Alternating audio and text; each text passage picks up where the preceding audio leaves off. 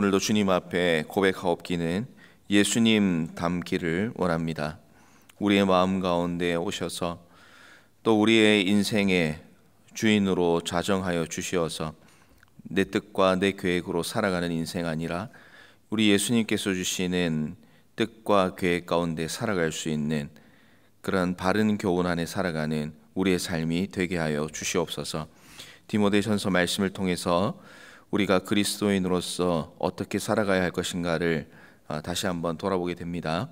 주님께서 기뻐하시는 삶이 이 길이라는 것이 확신이 되면 주위의 환경과 상황을 보는 것이 아니라 그 주님의 말씀 붙들고 주님이 원하시는 길로 걸어갈 수 있는 우리 모두의 삶이 되게 하여 주시옵소서.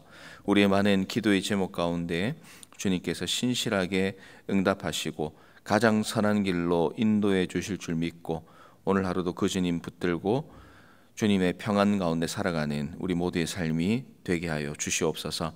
살아계신 예수님 이름으로 기도드립니다. 아멘. 하나님 말씀 보겠습니다. 디모데전서 6장 3절부터 10절까지 말씀입니다.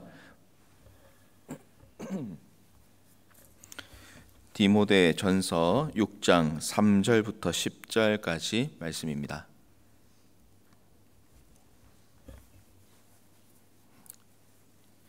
디모데전서 6장 3절부터 10절입니다. 누구든지 다른 교훈을 하며 바른 말 곧 우리 주 예수 그리스도의 말씀과 경건에 관한 교훈을 따르지 아니하면 그는 교만하여 아무것도 알지 못하고 변론과 언쟁을 좋아하는 자니 이로써 투기와 분쟁과 비방과 악한 생각이 나며 마음이 부패하여지고 진리를 잃어버려 경건을 이익의 방도로 생각하는 자들의 다툼이 일어나느니라. 그러나 자족하는 마음이 있으면 경건은 큰 이익이 되느니라. 우리가 세상에 아무것도 가지고 온 것이 없음에 또한 아무것도 가지고 가지 못하리니 우리가 먹을 것과 입을 것이 있은즉 족한 줄로 알 것이니라. 부하려 하는 자들은 시험과 올무와 여러 가지 어리석고 해로운 욕심에 떨어지나니 곧 사람으로 파멸과 멸망에 빠지게 하는 것이라.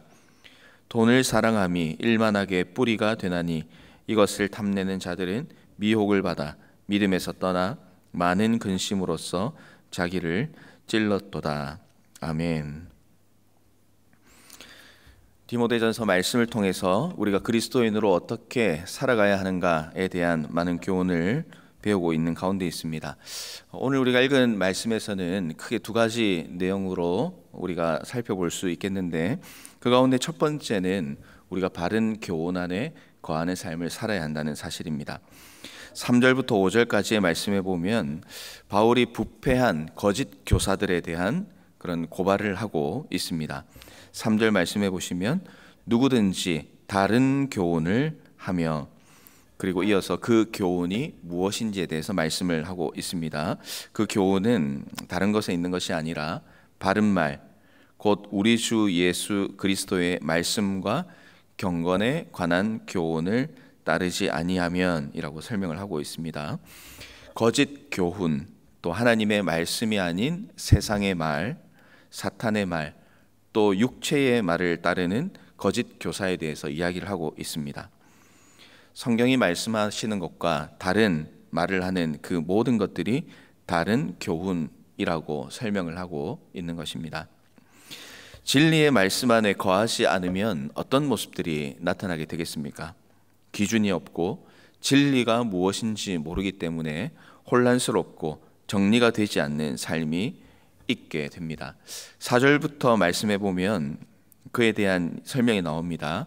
아무것도 알지 못하고 변론과 언쟁을 좋아하고 이로 말미암아서 투기와 분쟁과 비방과 악한 생각이 나게 됩니다.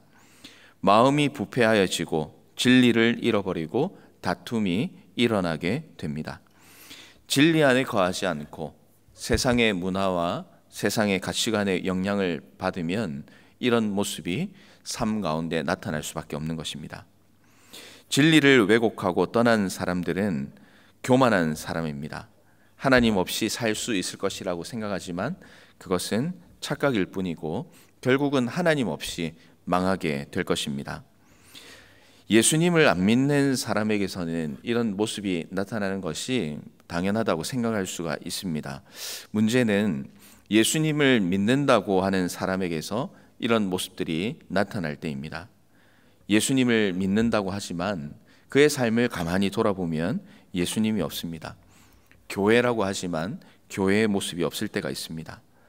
이런 거짓 교사, 또 오늘 거짓 그리스도인들로 인하여서 교회가 엉망이 되고 또 신앙을 갈망하던 사람들을 잘못된 길로 이끄는 그런 일들이 오늘 이 시대에도 분명히 일어나고 있습니다. 우리는 이들을 이단이라고 쉽게 부르긴 하지만 교회가 어떤 곳인지 모르는 사람들에게 있어서는 이단도 또 기존 교회도 다 같은 교회라고 생각할 수밖에 없습니다. 그렇기 때문에 거짓 교사들의 이런 횡포와 가증한 일들은 자신의 잘못에서 끝나는 것이 아니라 교회 전체를 또 예수님의 이름을 더럽히게 하는 그런 가증한 일이 되는 것입니다. 그리고 사도 바울은 지금 신앙생활을 우리가 잘 하고 있다고 하더라도 예수님 안에서 바른 교훈 안에 거하지 않고 제대로 신앙생활을 하지 않으면 우리도 언제든지 가증한 모습으로 변할 수 있고 악한 영향을 주위에 미치는 그런 거짓 교사의 삶을 살아갈 수 있다는 것을 경고하고 있는 것입니다.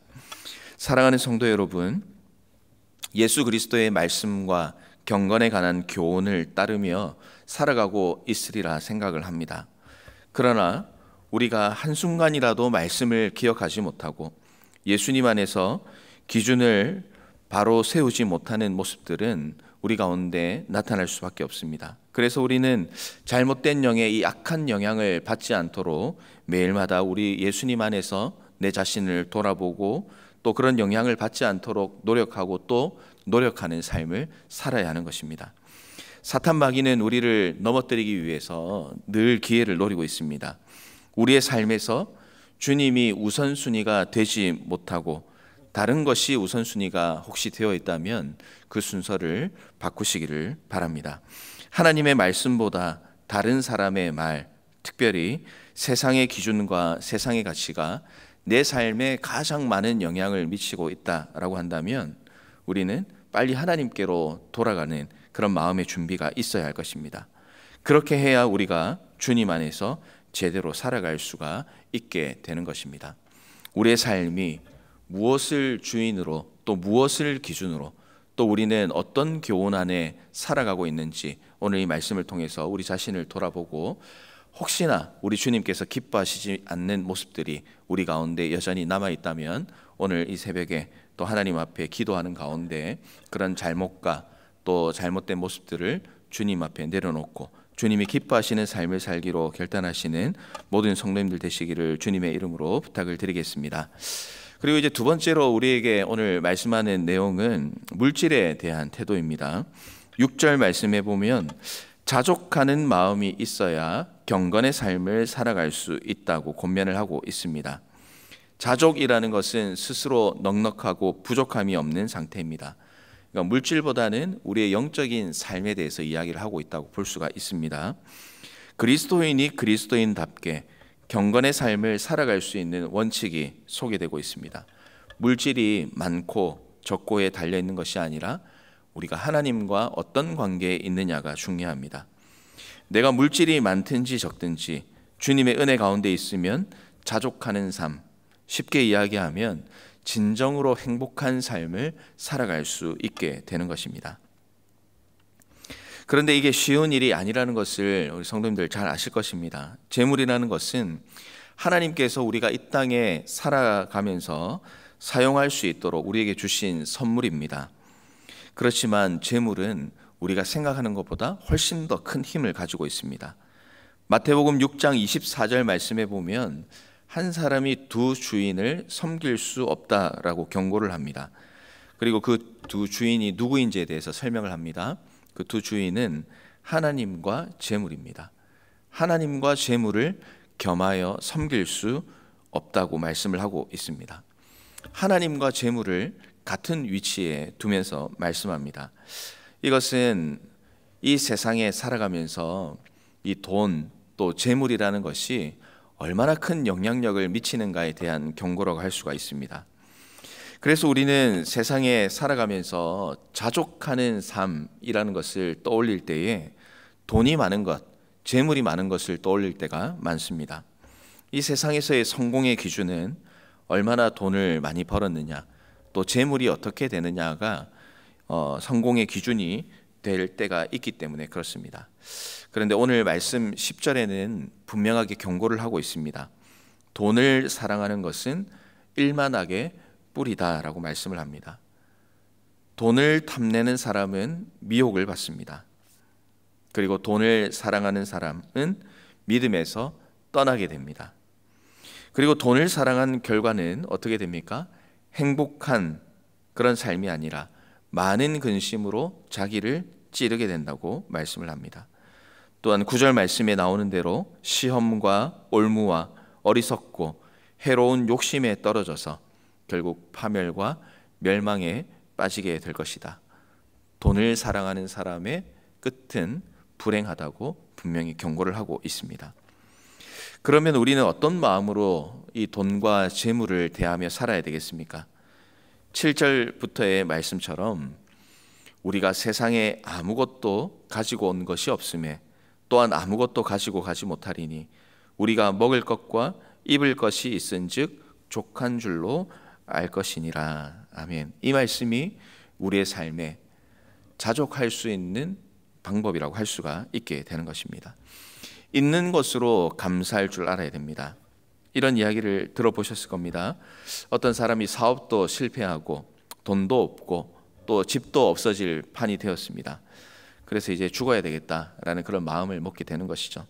죽기 전에 목사님을 찾아가서 자신이 죽어야 하는 이유, 그리고 죽으려고 하는 이유를 이것저것 이야기를 합니다.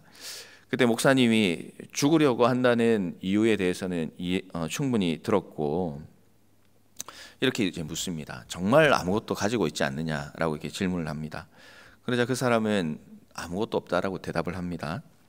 그러자 다시 목사님이 질문을 합니다. 사랑하는 아내가 있습니까? 라고 이렇게 질문을 합니다. 또 사랑하는 자녀가 있습니까? 또 손과 발은 있습니까? 눈과 혀는 있습니까? 지금 말하고 움직일 힘은 있습니까?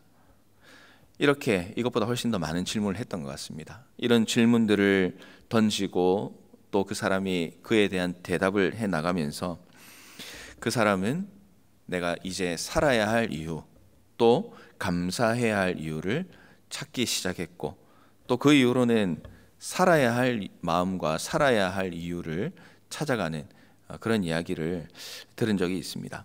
사랑하는 성도 여러분, 우리는 하나님 안에서 우리에게 주어진 이 삶과 또 상황 가운데 자족하는 삶을 살고 있습니까?